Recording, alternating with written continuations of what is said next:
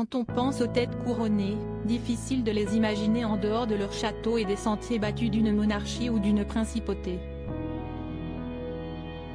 En règle générale, les projets et les investissements et les implications sont bien établis et presque toujours les mêmes.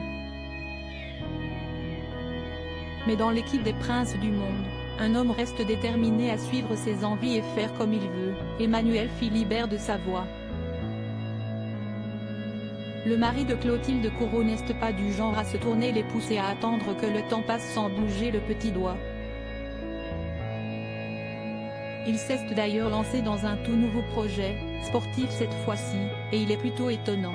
Dans les colonnes de Point de vue, Emmanuel Philibert de Savoie évoque le club de football AC Savoyard 1908, le plus vieux club du pays. Loin de lui l'idée de porter simplement les couleurs de l'équipe puisque comme il le confesse, il a investi auprès du président et du vice-président du club. Une fierté pour cette antiquité de la pelouse, passée entre les mains de la mafia. Lors d'une vague d'arrestation des membres de la Camorra, il a été établi une connexion entre ces gens et l'équipe. La présidence de l'époque a dû lâcher le club, qui a ensuite été repris par 4 tifosi sans moyens.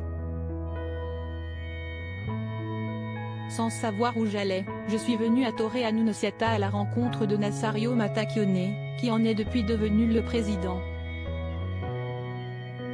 En peu de temps, nous avons décidé de reprendre ce club à l'abandon.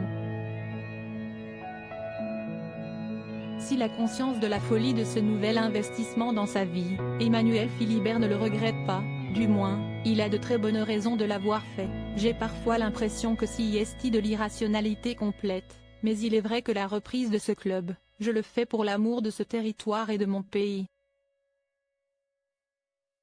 Point. Si est aussi pour mes filles, Vittoria, 19 ans et Louisa, 16 ans. Avec elle se referme le cercle de ces années difficiles de la maison de Savoie. Point. J'ai envie de leur laisser un bagage bien fait dont elles pourront se servir pour faire ce qu'elles voudront en Italie.